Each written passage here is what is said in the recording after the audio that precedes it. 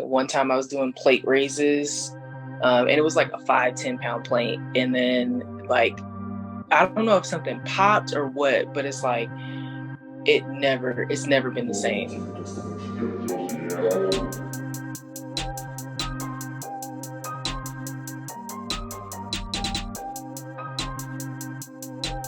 So it's just been really adjusting to how our body is functioning these days. Yeah, you gotta always, structure your workouts and put goals around producing your body. The goal is always equilibrium. Balance of the hips, making sure there's no impingement on the shoulders. Both shoulders are operating, the way it's supposed to. So like, then, like if I'm in this situation, what I'll do is I'll program my workouts evolving around, optimum shoulder mobility. Because the worst thing you want to do is add a function on top of dysfunction. And that's what a lot of bodybuilders do at Gold's Gym. They get hurt and then, they'll train over it rather than train for it to get better from its, and then from its current state. They're just causing more of a detriment to it, right? Yeah, and then the other parts of the body is going to, it's going to suffer because the other body parts depend on a body part for it to do what it's supposed to do. And remember, the brain sending signals to that body part in order for it to function. So if there's dysfunction on the body part and the brain sending signals to that dysfunctional body part, the brain got to send extra energy for it to work harder, causing you to it's like, you want to be pain-free. Right. So it's essentially, I have a different mindset when it comes to when people age. Like, we live in an era where 30 is like the new 20. And, people having more confidence in themselves as they age, women especially, men naturally we do. So, but we're able to achieve this mindset because of education, essentially food. People are staying away from certain foods that make you age faster, and people are being more aware that stress and mental health is just as important as your physical health. But the next thing is I think it's the spiritual science, and essentially kind of like the more specific concepts of how the body works. And I think that people need to have a much better knowledge on the recovery and balance of the body, both physically, spiritually, mentally, and emotionally. No, I agree. It's been so interesting, like especially adjusting with a work injury. Like I feel like I've never recovered, but at the same time, I take fault for that because I didn't take the steps to do physical therapy and rehabilitating and stuff like that. So it's not only does the foot have permanent nerve damage, it's like probably never going to be the same. But now it's like, okay, how do I move forward from that and try to like get back to me if possible? And so, like you were saying earlier, when you try to, train or train over the injury or what have you, your body starts getting affected in other ways, and then other body parts start getting affected because that one part's not been addressed. Yeah. So, and don't beat yourself up, Clinay. I mean, it's just like I said, it's education. Like my education, my first construct was karate. Karate is all about balance. I had to approach it in a Japanese philosophical approach because it comes from Japan, and it's not necessary for fighting. It's for kind of like human development of the soul, and essentially very, very central approaches of the human body. And one is stretching. Stretching and karate construct. It's very, very it involves the flexibility of the hips. And when the hips are able to be flexible, that means that, the shoulder mobility is going to be flexible as well, because the shoulder and the hip go hand in hand. If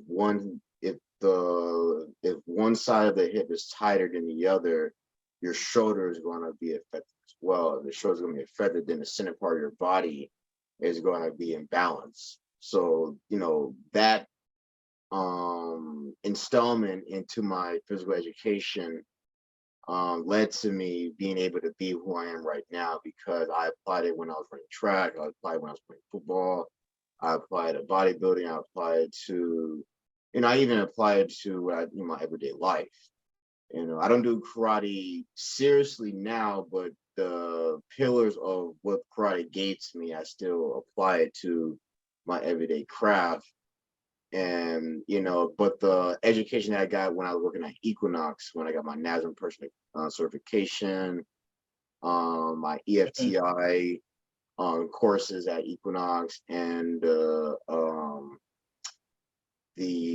seminars that I did at Iron Fitness in West LA.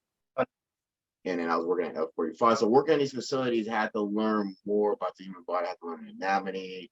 And when I was at Arizona State, I didn't take any courses for physical education or exercise and wellness, but I was in the physical department where I had to work with the teachers, and I had to see some of the material. So I did read the material, but I didn't study the material. But when I was at Equinox, you got to learn about the muscles, the names, skeleton, and things of that nature. So when I was there, the most important piece of the education was, all that knowledge I learned from karate, track and field, football, apply it to the scientific aspect, which is where most of my interest is at. So there's a spiritual element, there's a scientific element. And, my approach is to combine the two together to, help people have a better experience with working out or exercising. Yeah. No, I love that. I think that's amazing. Like, and I know, like, we kind of just started talking about just finding balances and impingements and stuff like we're working through all those things. I'm the same. I'm the same way, in a sense, to where I compare strength and fitness to life and progress. And so it's like, it's a little bit different, because I did karate when I was younger, like in elementary school, but it was like very brief. So I probably didn't learn all the pillars and stuff like that. But yeah, but it's just amazing when you can parallel the two, or even intersect the two of balance and strength, so that you have a better overall sense of wellness. And so with that being said, without further ado, I just want to, you guys, appreciate and thank Bryan Wesley Williams. This is my dear friend. We've been friends for years, since 2012, 2013. And I'm just really grateful for Bryan to come and just have a conversation with me.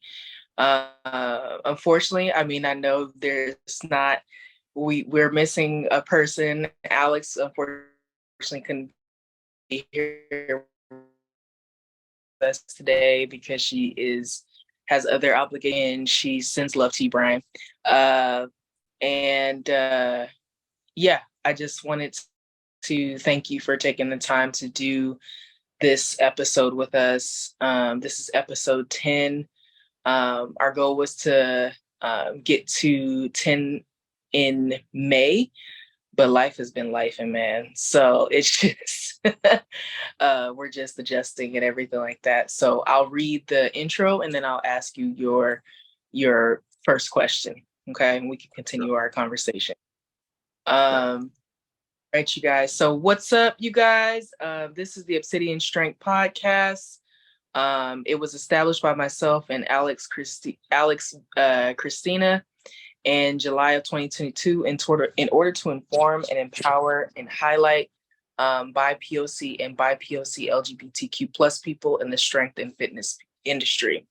Our mission is, as two luminant Black women in the U.S., is to hold fun yet safe and meaningful conversations that strengthens our listeners introspectively, mirrors our audiences and interviewees, and protects and deflects the negative stigmas and stereotypes that are placed upon our community in overall athletic and fitness industries. We aim to pierce through the darkness of lived experiences with being LGBTQ or BIPOC in the strength and fitness world and reveal our truth.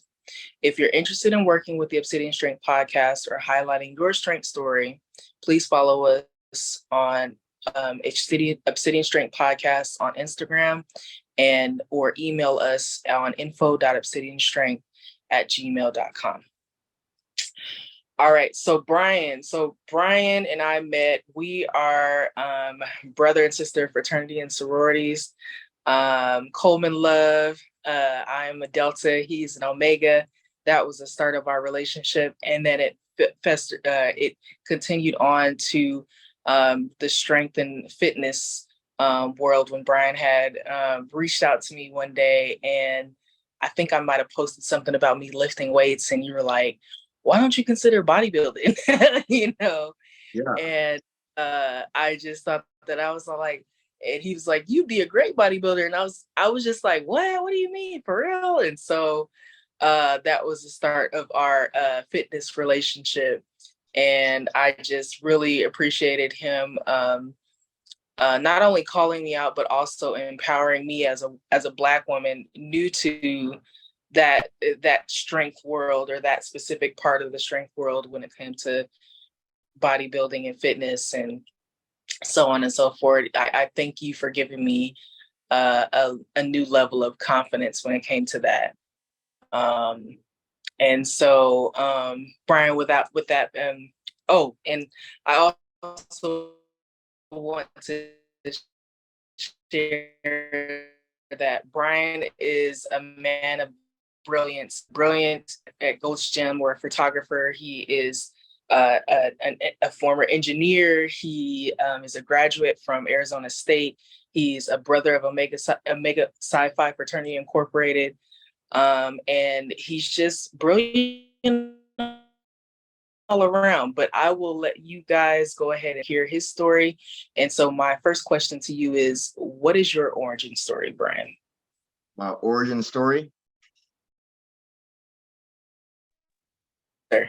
Yeah, so I'd say my origin story again was when my first physical craft was karate. That was the first time I was in a kind of like a group physical environment. Obviously, there was the Catholic Church. That's where I went to elementary school, for middle school, and stuff like that. But the karate thing, it was a lot more intense, serious.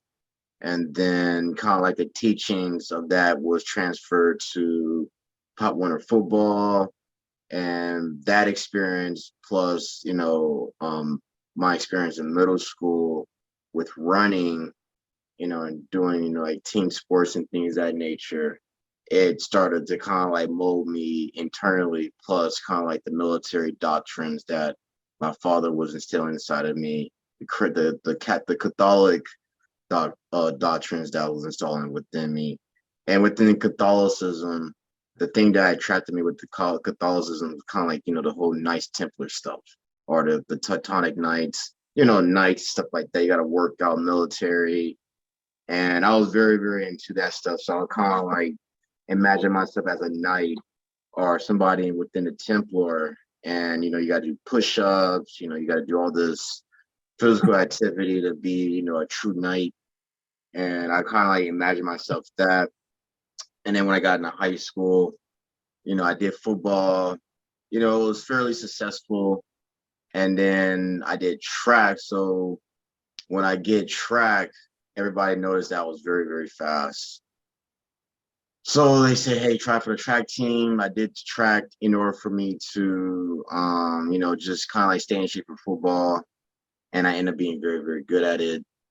And, I got very, very addicted to it. It became my identity. I was kind of like the fastest man in the city, fastest man in the county, and I was able to compete, some very, very respectable athletes within the California, Texas, Florida, and essentially Ohio area. So I made it to state, and I made it to junior USA's, and then I ended up getting a scholarship to run track and field at Arizona State. We were national champions.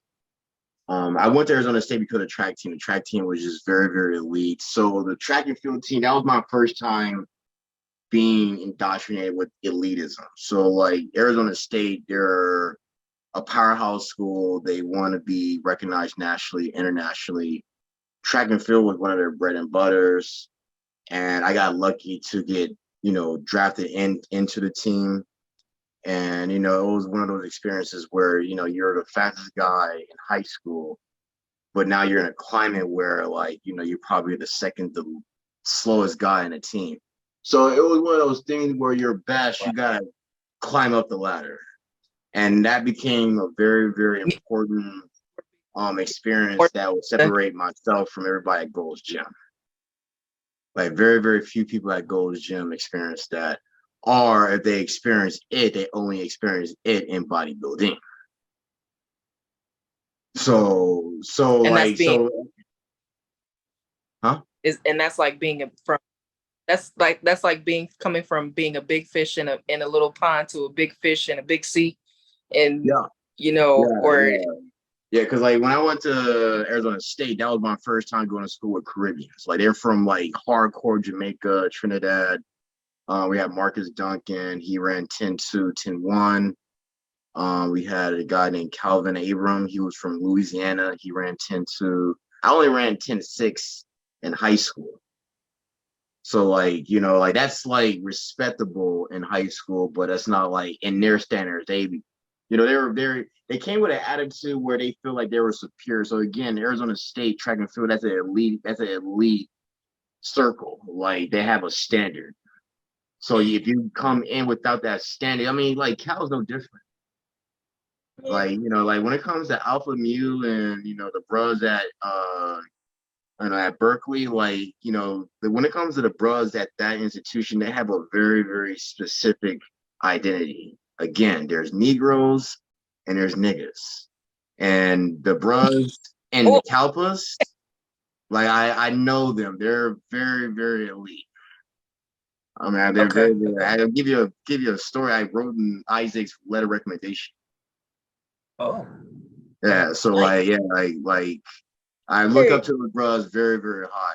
And the same thing with them, like they play football because a lot of the bros there are either wrestlers, football players, and they do other sports. And we all had this conversation why you pledge Omega Psi Phi because you want to be elite, Black elite. You play sports at these institutions to be elite, and you get your degrees at these universities to be elite within whatever part of American society you fall under.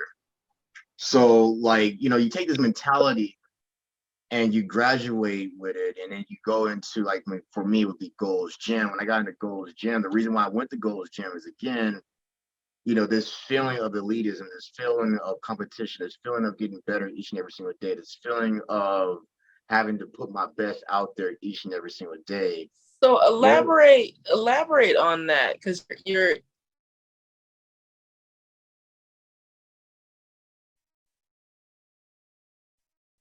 Hello?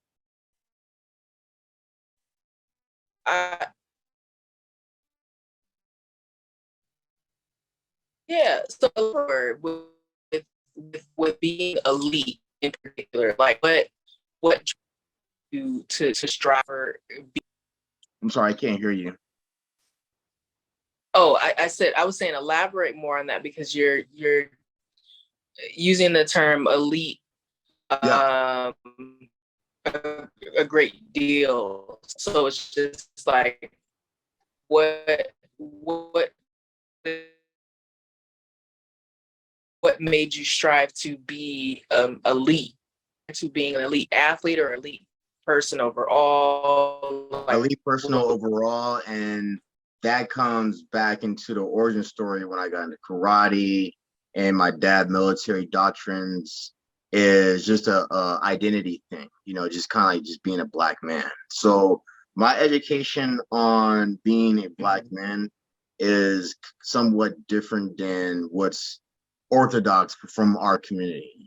You know, like again, I told you about the Black Knight thing, like, you know, and then growing up in the Catholic Church, we were kind of like somewhat aware of a lot of the history that's been kind of like written off, like, you know, like the you know, medieval Europe, they did have black knights fighting with, you know, the Teutonic Knights, the Knights Templar, because the Mongols, you know, they came as far as Poland. And, you know, the Mongols were very, very destructive. They were very, very powerful. So they needed, you know, every knight they could get in order to stop the Mongols from pursuing, you know, crossing through Europe or Christendom at the time. So I was aware of that construct, and then kind of like the military identity of the black man. And there's one version where they show us very, very inferior, and there's another version where my dad was like, hey, this is what really happened. You know, the Philippine War, we built their plane, we fight next to them, da da da da, we're heroes.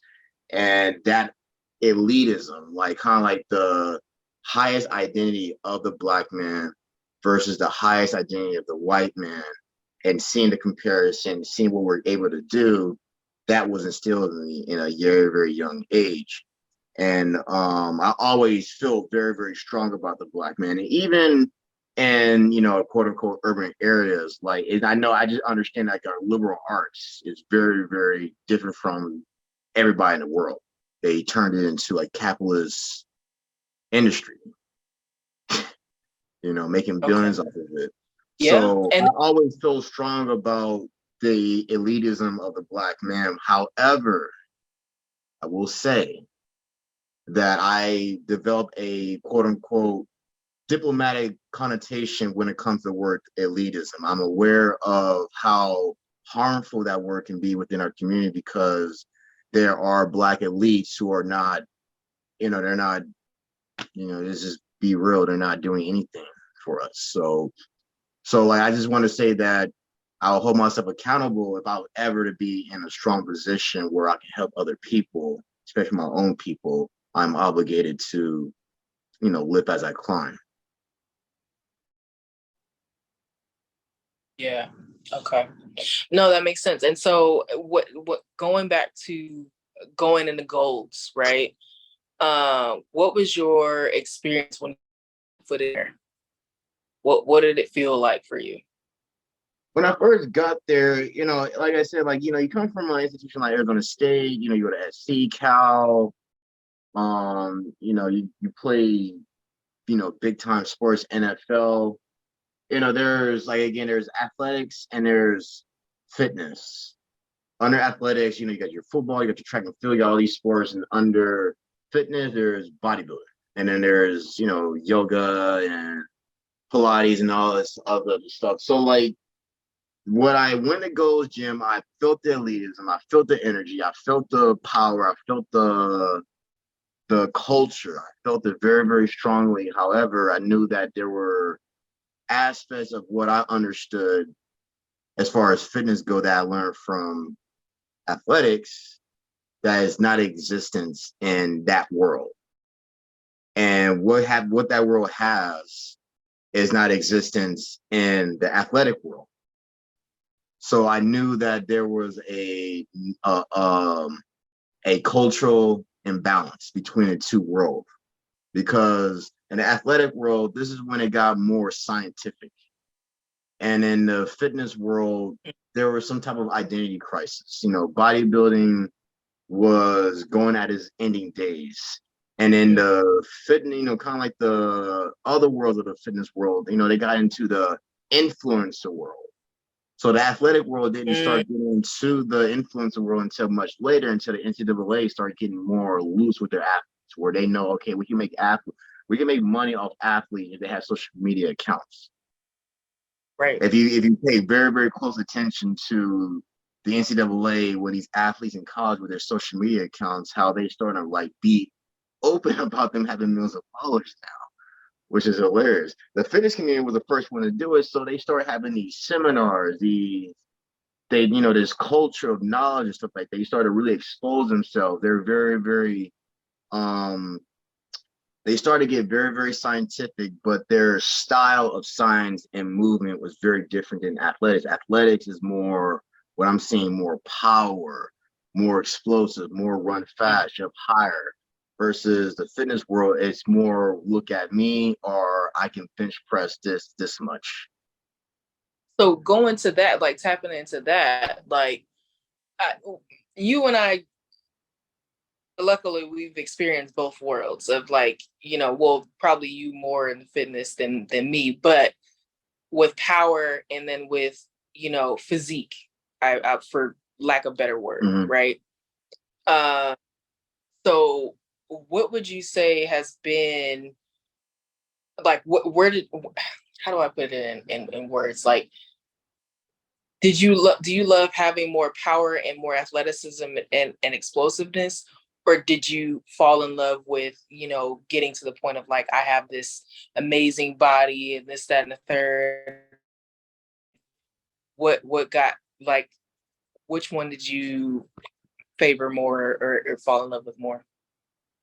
Performance has always been the idealism that my heart desire, like, running fast, running 10-1, 10-2. There's no other feeling than that. You can't shred and step in front of the stage and flex and expect to have that same feeling.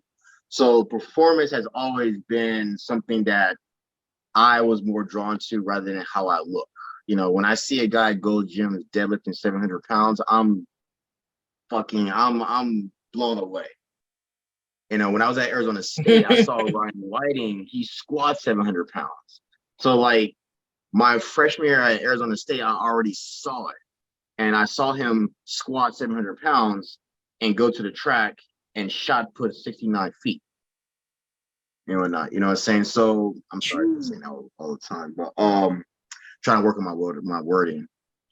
But when I went to Gold's Gym years later, I see a guy deadlifting or squatting 700 pounds, but the difference between how he does it and how Ryan Whiting does it through performance. He go down, hold, explode.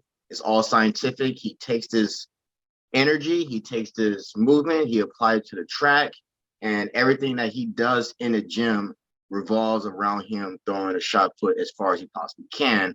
And that method on his squat progression was very, very successful. Now going to Gold's Gym, people squat 700 pounds just to squat 700 pounds. Some people do it just to have bigger legs and have a bigger physique, and their style of doing it is much different than how Ryan was doing it. So when you lift weight at that level, everything has to be about speed. Hold, explode, all power. Now, when I see bodybuilders do it, it's all quote unquote strength. The difference between strength and power is collective. Strength is I'm sorry, brain fart. But strength is going against resistance. Like you're like forcing upon a force. So when you're going against a force, then your application is much different than how power is supposed to perform. Again, power is collective. So power involves you applying your legs, your abs, your body, you hold the air inside your body, go down, explode, accelerate, come up. Versus strength, you kind of like just going at a more static motion when you're going against the force. So like that was kind of like what I saw as far as like the difference between the athletic world and the bodybuilding world. But in the bodybuilding world, in the athletic world, they're starting to like kind of like look at themselves in the mirror. They want 12 packs. They want big arms. They want big legs. And that's cool only because that does make them run faster, jump higher, and go farther and stronger. But the problem with it is when you have bigger legs, bigger arms, you got to stretch, because the more mass you put on your body, Yeah. the more prone to injury that you are. So like the athletic world is starting to get more indulged in the whole look at me in the mirror type ordeal, but they are insecure at the people in the bodybuilding world, because the people in the bodybuilding world, they perfected it. Like they Yeah. master how the body should look, versus people in the athletic world, they master how the body should perform. Both worlds are trying to find another world, another way to go further. There's very, very few people in Wow. between to collide the worlds together philosophically, spiritually, and intelligently. So how would you say to connect the two? Because it seems like in some sense, yes, one is performance, yes, one is physique, or is just how the body. How did you perfect getting like fit? How did you get to the point where they perfected, the striations in the deltoid, or the athlete trying to get to that point of, oh, look at me, but it's not at the bodybuilding level? The first step I did was I started incorporating track and field training methods into the context of bodybuilding workouts. So like sets and reps, and pretty much the approach. So concentric, eccentric, and isometric. Concentric is the squeezing of the muscle. Isometric is the holding of the muscle. And eccentric is the lengthening of the muscle. And those three muscle connections help me understand what type of workouts do I need to apply into my athletics coming from the bodybuilding world. So that, and so I used that approach in order for me to start enhancing my physique. But the most important thing that I overstress and I over approach is the fundamentals, which is stretching, air, water, functionality of the body. So like that became a doctrine to me, making sure that all four of those is understood, is mastered, and most essentially, I acquired the knowledge in order for me to enhance it. So for functionality, there's a list. Can you repeat? I'm sorry, Bryan. Can you repeat what you said, that was what the doctrine was? Because it cut out. It always cuts out when you. Yeah, there's air, water, functionality, and stretching. So I'm gonna eliminate stretching. I'm put stretching within functionality. So functionality down will be the stretching, the lengthening of the body, make sure it's stretched, and most essentially spine integrity. Third will be gut health. So spine integrity, gut health, and in order for you to achieve those two, you gotta have optimal posture. So when you have optimal posture, then your gut, it will be more lengthened, you have better digestion, and most essentially spine. When your spine is in its proper placement, then the joints around your body will have the proper movement that it needs in order for you to move the way you need to move. So one of the most important incorporations that I apply into my athletics and my bodybuilding, or just my fitness, I'm gonna say fitness and athletics, is yoga and Pilates. And when I focused on those two methods, I was able to run faster, run at a larger distance, and most essentially jump higher. But the most important thing that I learned how to do within these movements was learn how to do it without being inflamed, or quote unquote pain free. Like be able to jump high and land without hurting my knees, or do like a jump push up without hurting my shoulder and my elbows, and understand how I was able to achieve this, and how to teach somebody how to do the same thing. So the yoga and Pilates is all about progression of the body in all elements, the joints, the muscles. You're gonna be in a transfer plane, you're gonna be in a linear plane of the body, and it hits all three dimensions: concentric, eccentric, isometric. And when I learn all this from yoga Pilates, then I went back into my athletics and my fitness, and I was able to do my squats, do my deadlift, do my bench more effectively, and essentially do it without pain, and then be better at my recovery. They probably don't know like the transverse plane. That's from the twisting, right? The Yes. twisting. Yeah, because when it Limb. comes to performance, you always want to hit every single movement pattern that you can do. One, hit all the movement patterns that you're required to do in your sport. Got to master those movements, do those movements each and every single day, over and over and over and over again, until it's like second nature. And then two, you apply other movements to keep the body, again, balance, equilibrium. You got to make sure the body's balanced. If you do too much concentric and not enough isometric, your muscles are going to be too tight. If you do too much eccentric, not enough concentric, your body's going to be too loose. And if your body's too loose, you're not going to have enough strength in order for you to do the concentric exercise that you want to do. Isometric is a lot more about endurance and conditioning. So isometric is the holding the muscle for running. That would be like a mile or marathons. And that's important because endurance help your endurance help with your breathing. If you're able to do long runs or long exercise at a long period of time, that enhances your breathing, but you got to make sure you have the right posture and a right rhythm of breathing when you're doing these movements in order for it to develop. Because a lot of people, because if I say this, people will be like, oh, okay, I'm just going to just breathe like this. No, there's a correspondence on how the body should operate when you're doing these exercises. There should be a frequency that you should chase when you're breathing and doing your movements. Like when you're doing a bench press, when you come down, you inhale, and when you push up, you exhale. That applies in all your movements. And again, air and water is the essence of energy. If you don't master how much air you can put in your body and exhale it out, and you don't have the proper hydration inside your body in order for the digestion in your body to do what it's supposed to do, in order for your muscles to recover properly and perform what it's supposed to do, your body would never, ever be what you want it to be. No, that's real.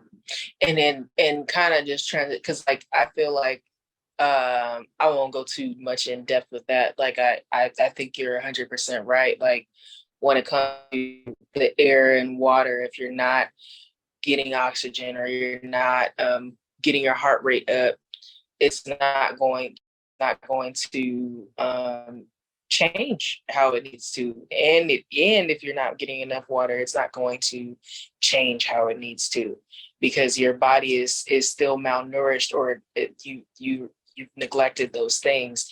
And so I feel like definitely neglected both of them. So no, that's real.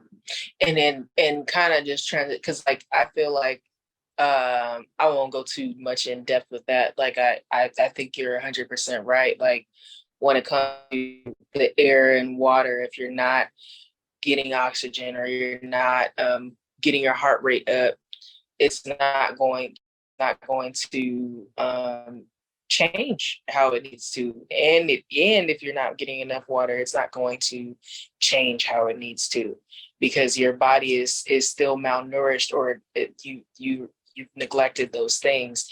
And so I feel like definitely neglected both of them. So how did your frat brothers different? Keep breaking up. I'm sorry. Oh, I remember you talking more of a creative, and this fraternity brothers determined that you were different, like as far as talking about touching on your creative side.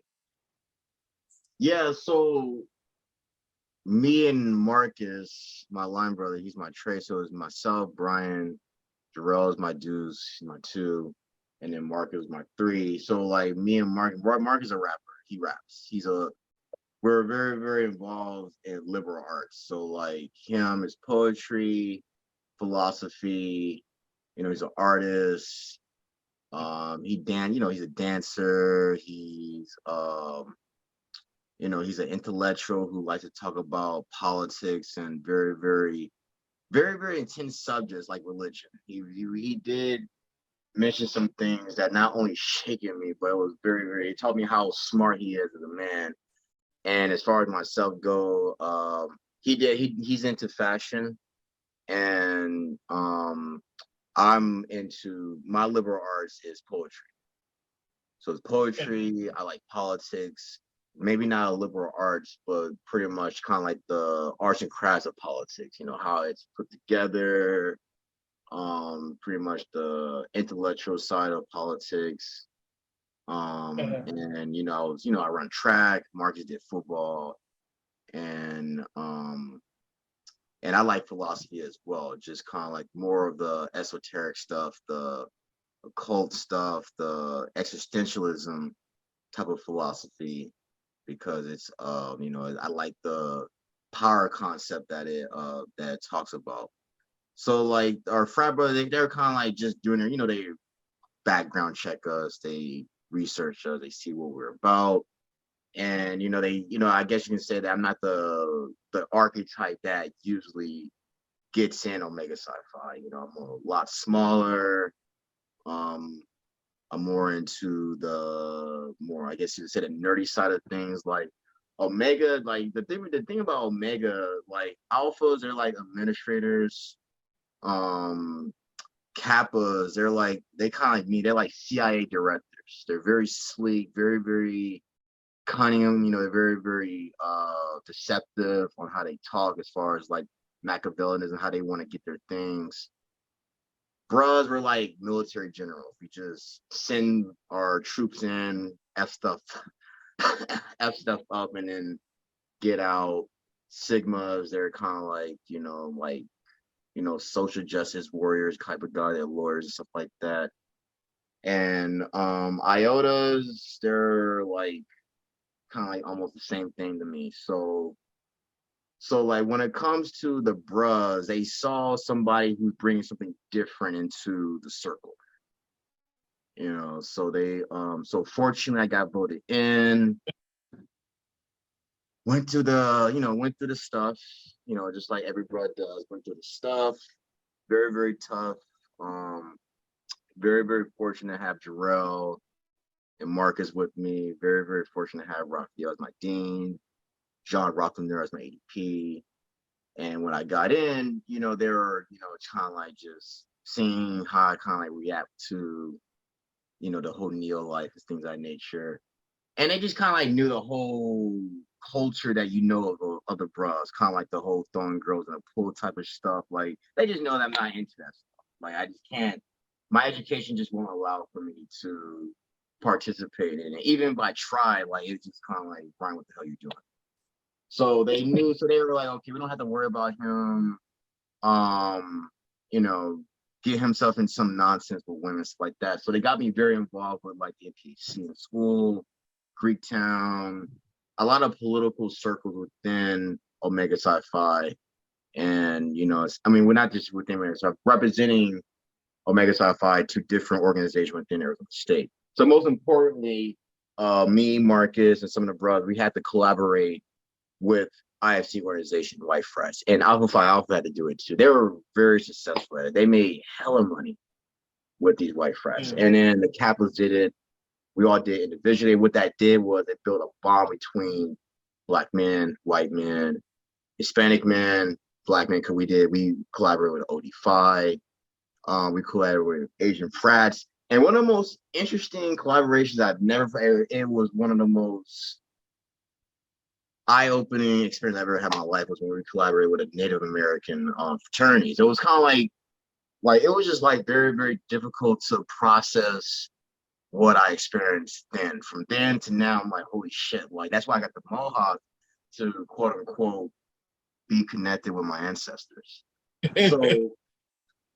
So me being around, I was able to bring Omega in front of all these organizations. Now everybody knows about Omega. They know about Marcus. Marcus is a football player. I'm on track. Jarrell, he's a football player too. He's going to grad school. So, but they were like, you know what, Bryan, you're really good at this, modeling thing, this fitness thing, this track thing. Why did you get a degree in kinesiology rather than engineering? So I was just going to be an engineer. I didn't quite understand the whole entrepreneur thing. I just knew that you get a degree, get a job, you do all your other stuff on the side, you save money and all that other stuff, right? So at first I was offended, but I was kind of like, the bros, they know me more than I know myself. So I hear them, but I didn't quite listen to them. I went to LA. I went back to LA anyway, became an aerospace engineer, got laid off. Now I'm doing all of that. I remember you saying that you went through aerospace engineering and everything. And I was mind blown when I knew that. I think Alex had asked you in a previous conversation, and so you went in that route, but you shifted. You ended up going back to what they said that you were good at originally. Like now you're an entrepreneur. So yeah, because they worked at Honeywell. Some of them worked at Boeing. So I worked at Ducommun. Ducommun have a place in Phoenix, but none of the bros worked there, and none of the bros worked there. But they were all engineers. My dean was he's a car mechanic, very, very, very, very successful car mechanic. My ADP, he's in the military. So they kind of like understand that life, and they see my personality. They were like, "Yeah, you know what, dude? You need to like do what you love." do your own. Yeah, and that was me and Marcus were doing fashion shows. We were doing poetry events. We were, the bros, us and the Kappas, we did a Beauty and the Beast party with them, and then us and the AKAs, we did us and the AKAs did a Beauty and the Beast.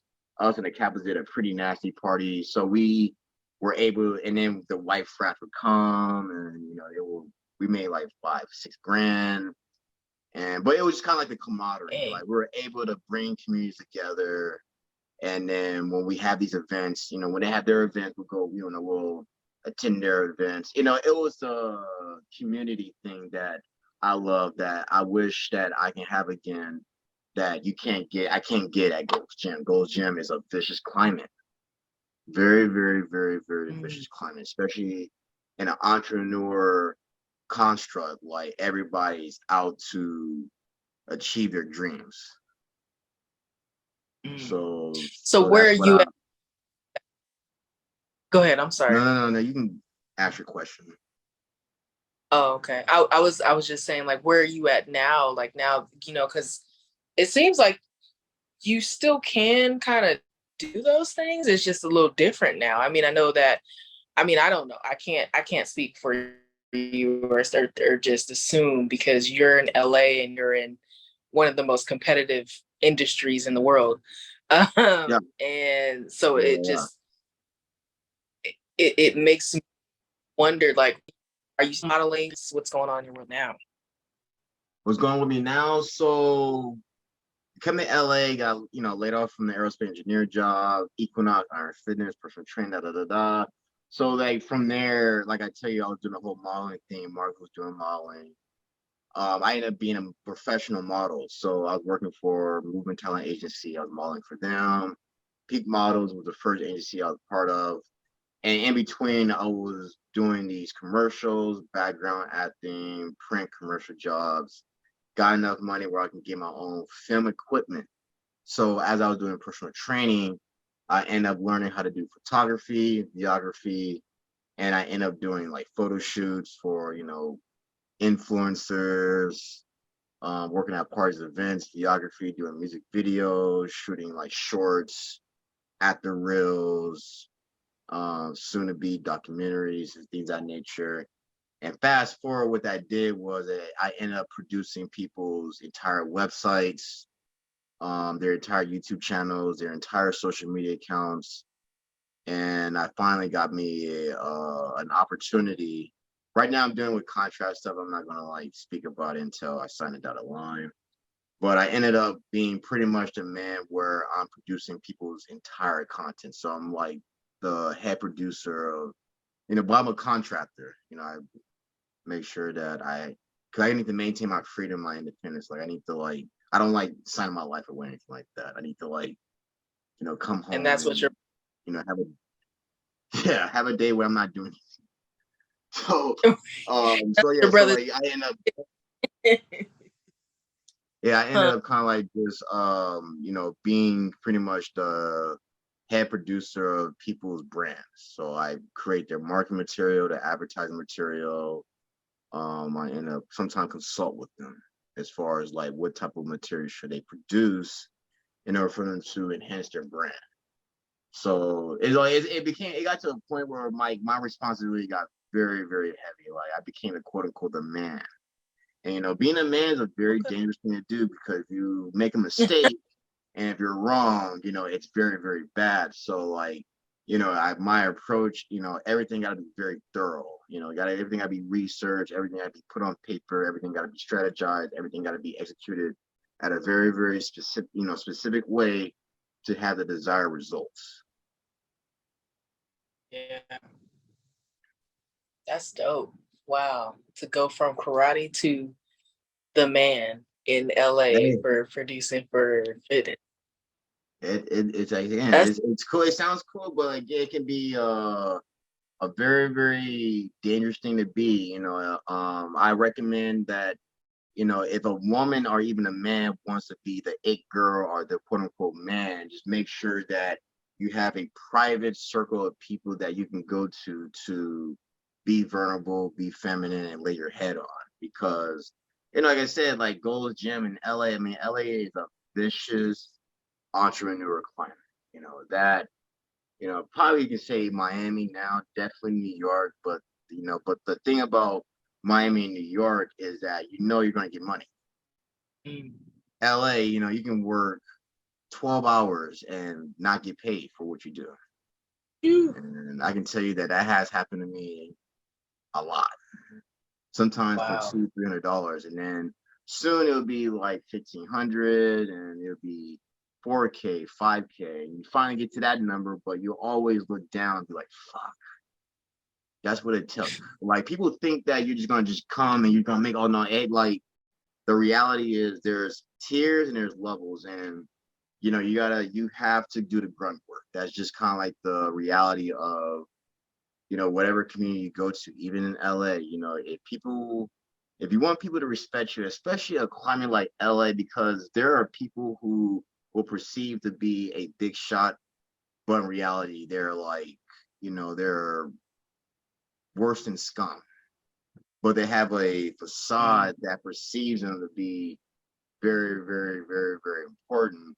So like those people always get exposed. Some of them, they hide in their corners and it was just consumed from whoever come their way.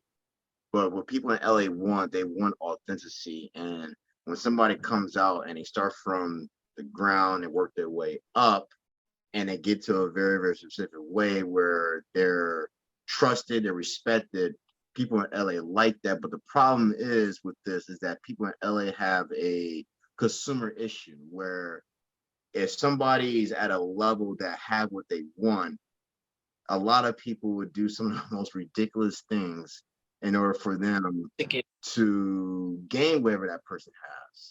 It's like, a very, very interesting style of submission that I pay very, very close attention to being at Gold's Gym that, I had to ask myself, you got to be very, very firm with your morals and your ethics.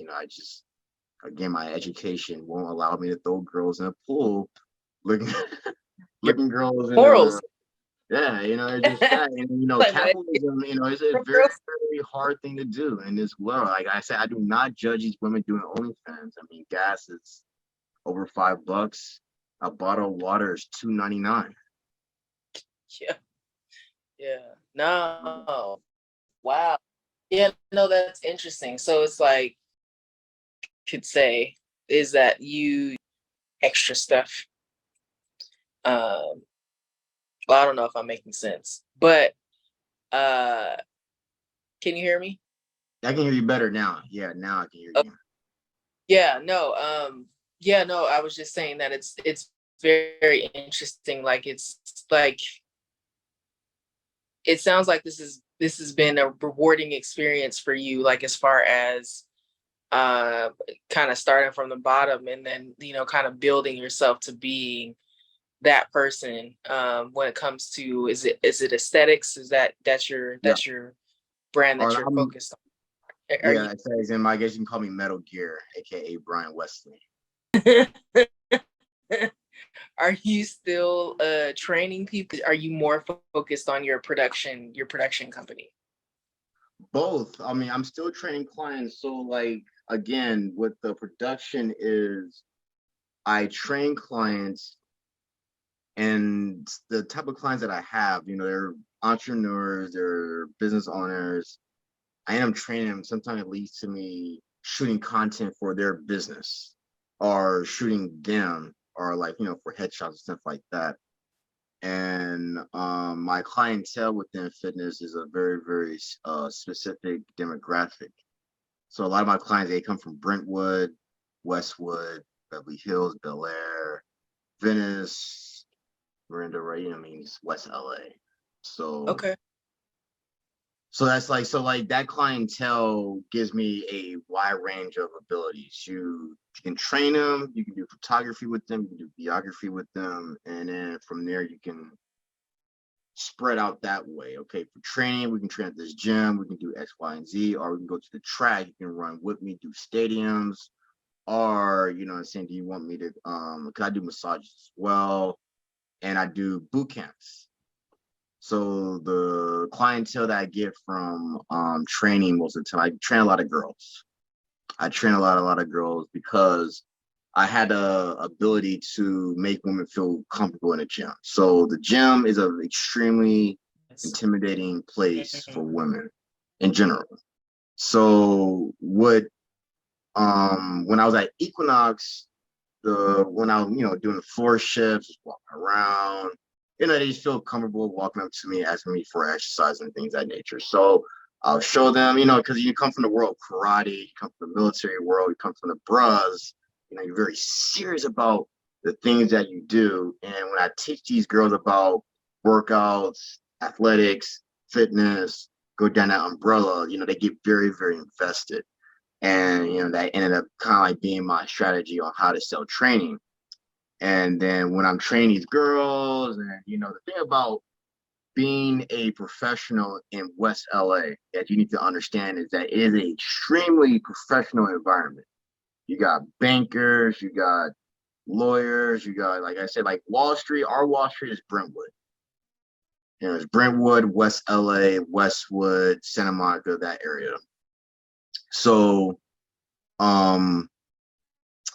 when people watch me train these female clients, me being Black in a predominant white circle, they're gonna see if I'm doing some F-boy stuff. So usually what end up happening, like, hey, Bryan, I'm really impressed by how you train your client. I like for you to train this girl, that, because that the girls are very scared to get training because gyms in LA, like, let's be real, they have a reputation. The women, there's women that want to empower themselves by getting fit and all that stuff. There's women that want to invest in themselves by having a better body, not just a better body, but a better mind, because they enhance their spirit.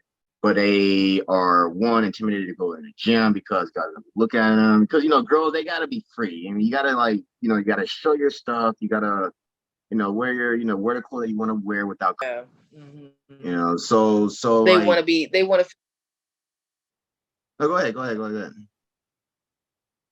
Oh, I was saying that girls, especially feminine women or cis women or what have you, if they, whichever on the spectrum, they want to look good and feel good, so that can help them with their confidence and going into the gym. 200%. But yeah, 200%. So that became a very, very successful business model where my main clientele within fitness were the, boot camps, rich, housewives with rich husbands. And I ended up doing the photography, and I ended up branching to different opportunities, like different business people who I can do business with that end up being my client for videography as well. So I became a very savvy networking individual. Dope. So give for somebody who is lines with that line of work when it comes not only photography, but more so like entrepreneurship in the fitness industry. Are you having I can barely hear you. Say, who does my line of work that does the thing that I do? No. I said, what advice would you give to someone who is interested in entrepreneurship or pursuing entrepreneurship in the fitness industry, in, photography, content, whatever? I say that what helped me the most was the professionalism. So like when I say the word professionalism is how you communicate with somebody, how you stand in front of them, how you text them, how you email them. Professionalism is very, very important because it sets a very, very interesting barrier and standard toward whatever relationship that you develop in a business perspective. Rather it's business and professionalism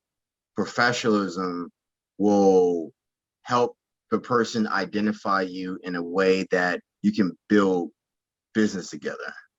Mm-hmm. So that's so like again, it's the way that you talk to them, stand in front of them, the the borders, make sure that there's borders between you two. You don't indulge in aspects of their life that will make the relationship unprofessional. And if you can maintain the borders and keep that relationship in that stance, then it'll give you great quality as far as business go. It'll help you identify individuals that may waste your time, and it'll help you identify people that will be worth your time. Mm. Wow. Yeah, because Okay. like me, like again, like black men in these society, like they really, really do want this Mm-hmm. because they think that would be good for America. Like I'm not an anti-government guy. I'm not gonna, flip a bird to a cop or anything like that. You know what I'm saying? I mean, there's enough of us out there doing that.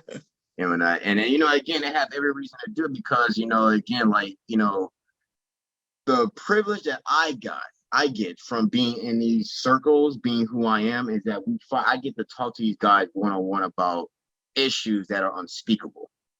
Like I Mm. trained, a rich Jewish guy whose net worth is $300 million. He asked me, why the hell does this stuff goes on? This da da da da. And I gave him my perspective, and there was time when we can see each other in the middle. Mm. Where I ended up training his daughter, I ended up training his wife, I ended up training his son. He got me tickets to the first Rams game when it came back to LA. Like that type of professionalism leads you to doors, leads you to different directions, leads you to higher rounds because professionalism builds trust. Like I'm a black guy, I'm not gonna fuck your wife. I Mm-hmm. just want to just train her, give me your money, but I'm gonna give her 200% of all my energy. I'm gonna make sure that she's comfortable in the gym. I'm gonna make sure that she gets the goals that she wants. I'm gonna make sure that she gets the best hour of her day. Like Mm. literally, like guys' wives be like, "Yeah, my wife, she loves you." I'm like, cool. And then that F45, that really that same mindset, that really like F45 is a team training gym. So like, they 30 people will come and they'll do different exercises, different ways. And me being a coach, I walk around, make sure that they don't hurt themselves. So so like I'm known, like a lot of girls like to come to my class because I demonstrate the workout thoroughly so they can understand it. And then when they have a question, I walk up to them and I give them the instruction that they need in order for them to do the exercise properly.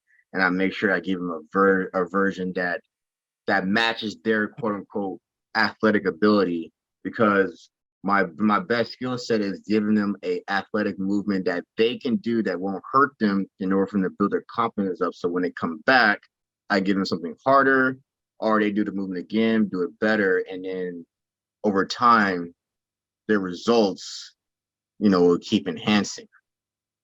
So another thing will be kind Mm. of like how do I deal with men's insecurities when they see me doing stuff like that, and and I tell you right now it's hard. Like I said, you're a black guy. I remember it was a white dude. He saw me trying to correct his girlfriend, and then it was a energy exchange, and that it makes it very difficult to it's very uncomfortable, when I'm in that setting. I'm trying to do my job and I'm dealing with other men's insecurities. So, there's gonna be times where, Yeah. you're gonna have to kind of like, just kind of like walk away. And that's another segment of professionalism when things don't go your way or things is against you. How do you move on from that, especially when you're the only black guy in a setting you know, where, you know, there's a very, very specific way on how they're going to look at it. So like there's a sense of conservatism that people need to understand, like Black men need to understand and inherit if they want to quote unquote be who they are in these environments. Because I would tell you, none of these people respect any Black men who try to quote unquote act like them in order for them to fit in. I've had those conversations with some of my, you know, people, one of my white homies in college and even here in LA. They do not like unauthenticity. Only the lowest white man likes that because that feeds his ego. And that is a low standard of any man in all races.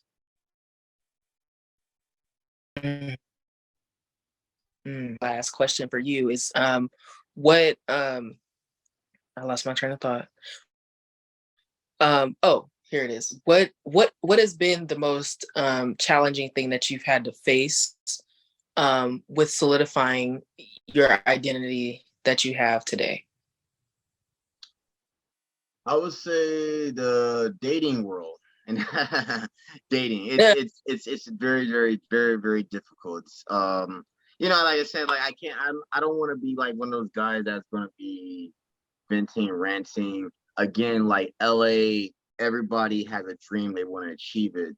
So like the nature on being in a relationship in LA is so expensive that you get in a relationship for finance, you get in a relationship for, you know, social media clout. You know, you have a girl who looks good, you're a guy that looks good, so you guys become a quote unquote fitness couple or social media couple.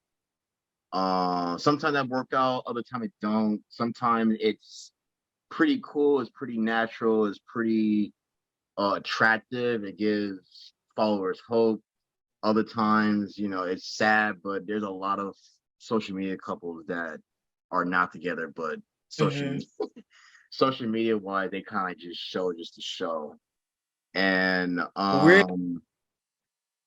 so yeah, and then so it's an act. Huh?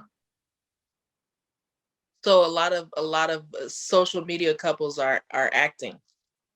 Yeah. It's unfortunate, you know.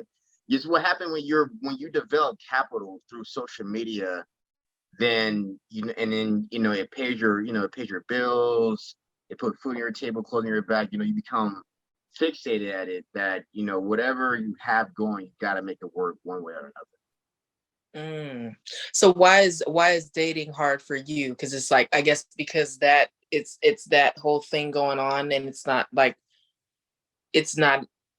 hard to find somebody that's authentically into you instead of trying to use you for clout.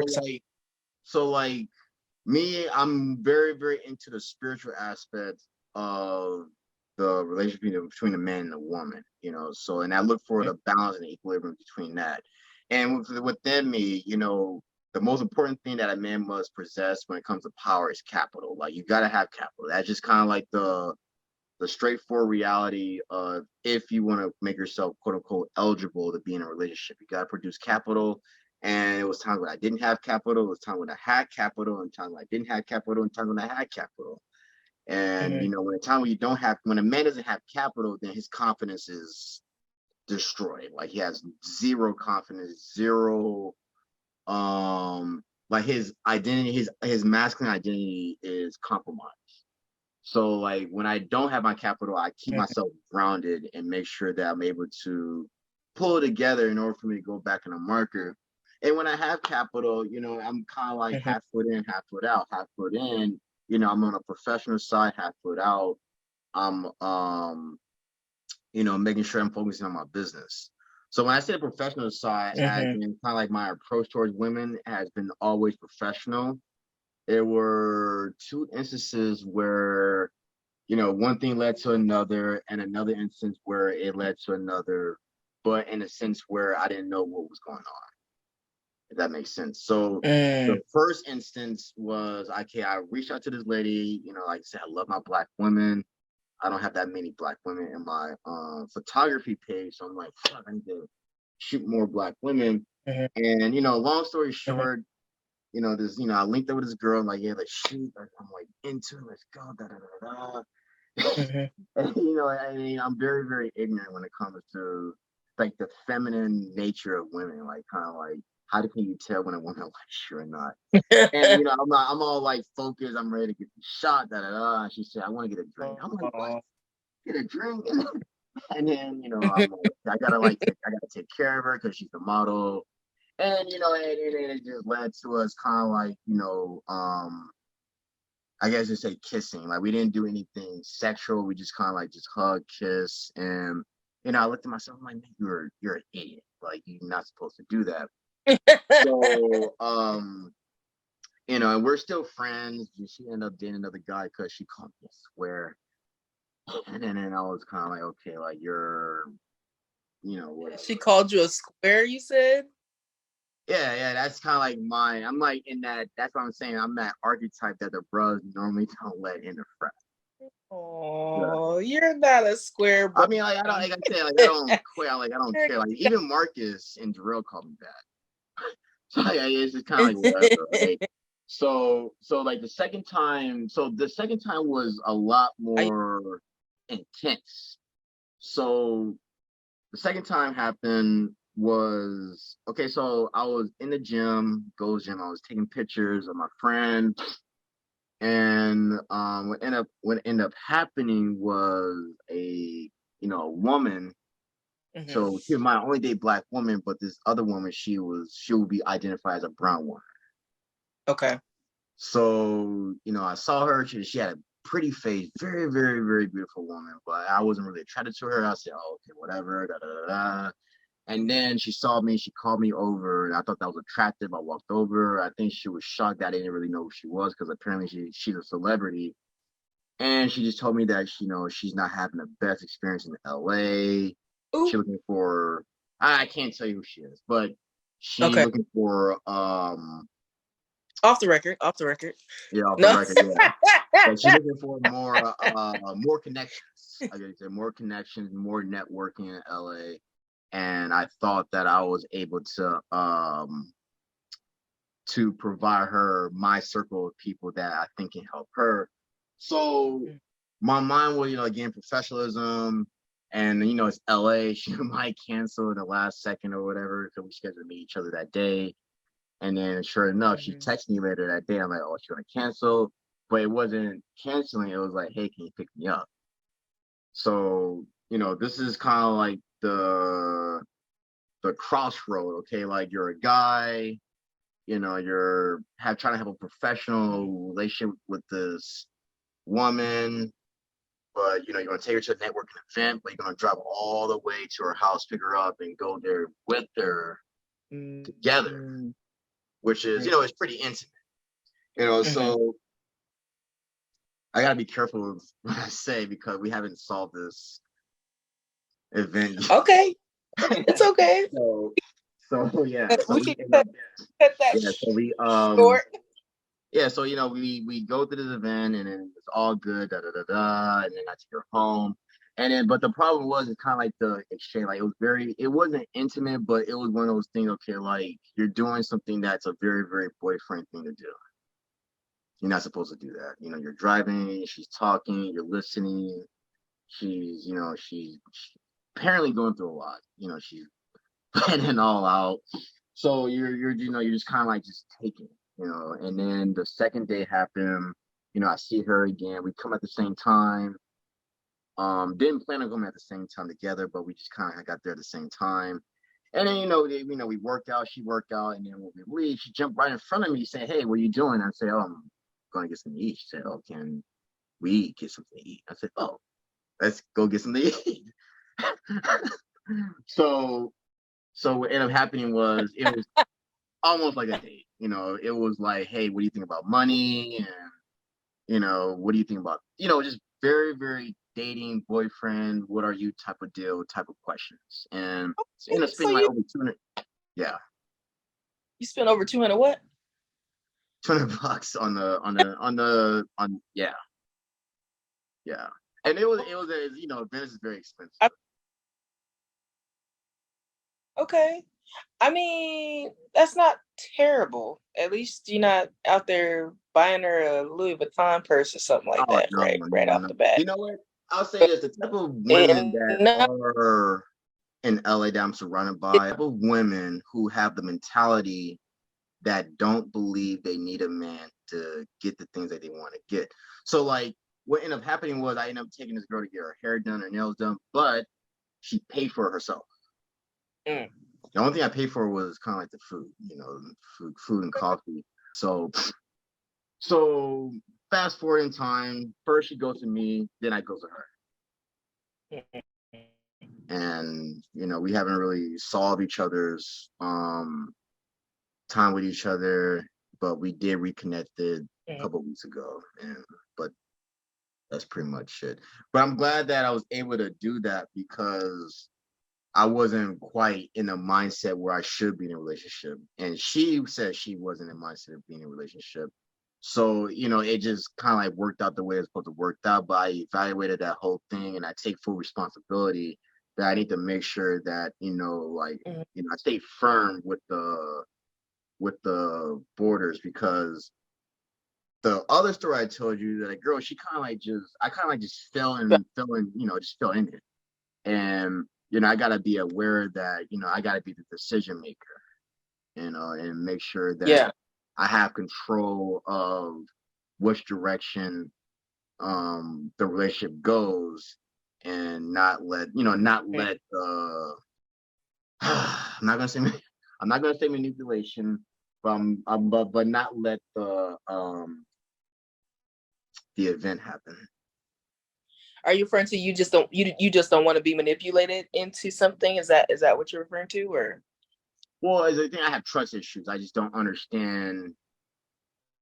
I always lead to something that I just don't understand what I'm getting myself into. Like again, Mm, like with both events, like my mind is like, okay, like I'm gonna do this, and end up being something completely different that that my mind was far from, which was very very very very intimate times with these individuals. Like the other times, like, okay, so check this out. My main clientele is white women. mm-hmm, They know that I'm not gonna mess with them because they can tell that I'm not attracted to them. Like I said, I mm-hmm, only date black women, but if it's not black, it's mostly brown women. I bring this, and then they're not attracted to me. Like, the white women I know, they just, they just want to just jump in and jump out. But they're not gonna ever tell their parents what they do. But when it comes to black women, black women are just naturally attracted to black men. So when I'm shooting, when I approach a black woman, hey, do you want to shoot? They think that I'm, one of those guys that's sliding girls DMs, like, hey, I'm a photographer. Yeah.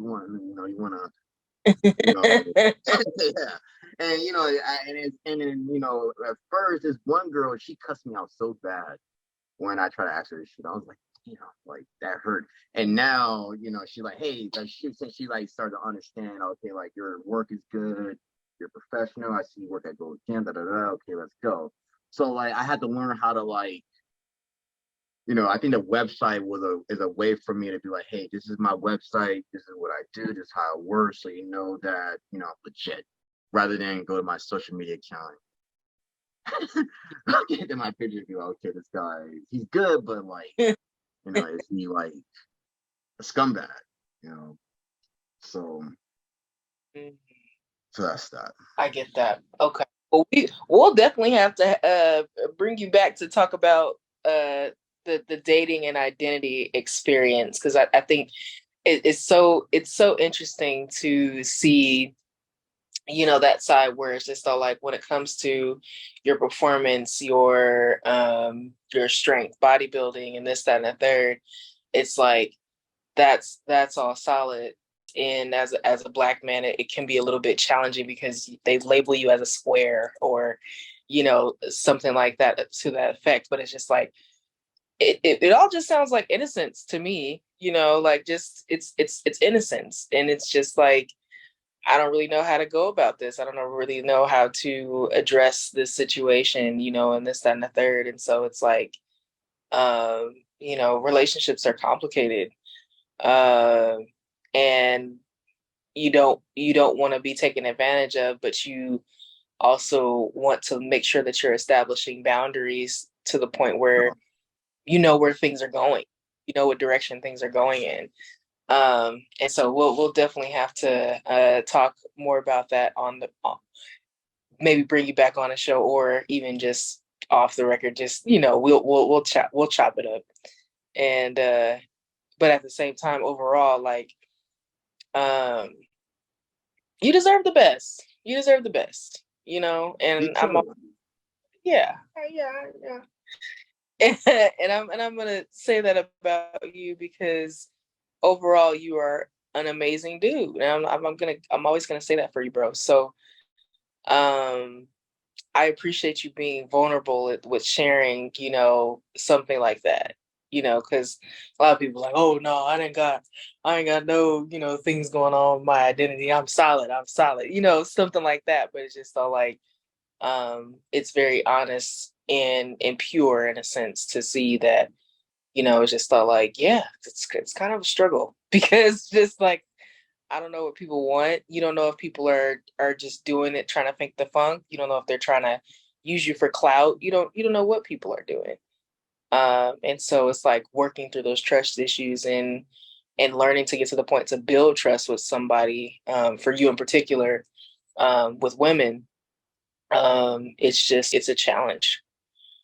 Yeah, and I think, like, again, at the end, it's an LA thing Putting your because heart out thank you, there. Jordan. So Yeah, yeah. Like I say, I think I call it it's an LA thing only. Like, again, everybody's here to achieve what they want to achieve, which is their dreams. And innocence is a very dangerous thing to have in LA because innocence is very sacred.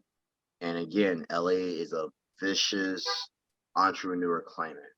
Like again, with these two women, it was, they did initially had the intention of just doing a photo shoot or, just networking, doing X, Y, and Z.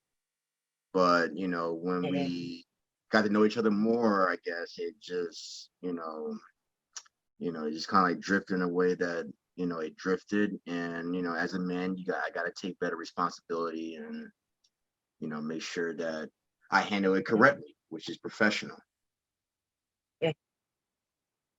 yeah, or if you're interested in them, let them know you're interested in them from the jump, and the shoot can come Well, I mean, later. I didn't have that mindset. I didn't think like that. Like, You didn't look at because, them, you didn't look at them and be like, "Damn, she fine. Oh, let me see if she would have." I mean, well, yeah, I did. it's But, okay. again, So, like, I mean, that's what I'm saying. So it's just all like not everything has to be. Not everything has to be professional. It could be like, I'm really attracted to you. Maybe one of these days, maybe we go on a date, and then if we don't mesh, let's just keep it professional. Whatever, you know what I mean? Like, I don't know. I'm not trying to big sis you or anything, I but I'm know just like, it doesn't work like that in this climate. It's like, again, it's people are only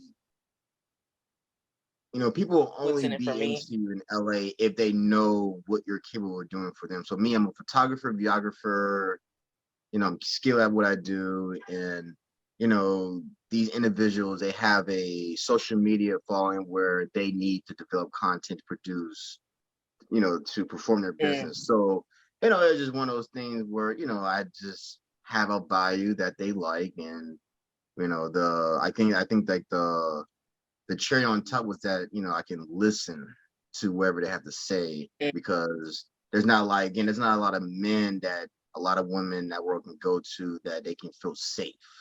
They go to a Yeah, gym, there's guys looking at them and all these things, and I'm kind of like, because like me, I see all these hot yeah, women all the time at Gold's Gym. I seen them yeah. all, like the baddest of the baddie, being with the baddest of the bad, and it got to a point where I just want a regular normal chick. Seriously, like I don't need a woman with 1 million followers. I don't need she doesn't need to be no celebrity or anything like that. I just want a spiritual, authentic relationship with a woman. That's pretty much all I ask for. Because there's gonna be trials and tribulations, there's gonna be peaches and cream in a relationship, and there's gonna be the yin and the yang. So going back to our Mhm. original conversation, it has to be balance, and in order to have balance, there gotta be authenticity, and there gotta be a spiritual connection for us to get through the storms and Mhm. enjoy the good of the relationship. Yeah. No, that gets that. No, I get that. And yeah, no. So with that being said, like Bryan, I really appreciate you taking the time to talk with me about just the wide variety of things that endeavors that you've pursued in your life, from karate to pledging Omega Psi Phi to track to engineering, and then uh, pivoting into entrepreneurship and being successful at it. Like you are a well-rounded and, I keep saying it, amazing dude. You Thank know, you. so it's just like I'm really proud of you for setting the example, and I have no doubt in my mind that you are going to find someone who emulates you, you know, emulates and matches and mirrors you. I just want to say that I'm proud of you. Continue working with building trust within yourself, to be able to get to that point where you can feel safe with them as well, you know. But with that being said, do you have any questions for me or Alex or anything like that before I close? No, I don't. No. Okay. Well, appreciate you, brother. And okay, well, I will say this. All right, y'all. So thank you all for listening. Please subscribe and share our podcast. We're really excited to share our journey and experiences with you, as well as learn along the way. If you are part of the BIPOC or BIPOC LGBTQ community, and you would like to share your journey, whether it's in strength, fitness, wellness, or anything in between, please send an email to info@obsidian obsidianstrengthpodcast.com. And remember to follow us on Obsidian Strength Podcast on Instagram and YouTube. Bryan, what are your social media handles? Do you want to share that with us so we can post that as well? Just at Bryan Wesley Williams. So, but it's Bryan, not BRI. BRI. Okay. It is BRYAN. And then what about your production page, aesthetics? If you just type in Bryan Wesley on the search box, both my main training page and my production page will come up, or you can go to my website or through my social media to go to my production page, or just go to bryanwesley.com. Okay. Awesome. Awesome. Awesome. Well, thank you, Bryan. We got to go ahead and throw it up one good time. Good. All right, brother. Well, I will talk to you soon. And thank you for taking the time to interview with me. Sorry, Alex was not able to make it this go around, but she sends her love and she really enjoyed talking with you before. So, Do it yeah. again soon. All right. Well, oh yeah, definitely, definitely. And I'm hoping I can see you before I leave Cali. Oh, for sure. Yeah. These next couple of days will be busy, but definitely text me and let's try to connect for sure. Okay, for sure, bro. All right, love you. I'll talk to you later. Okay. All right, take care.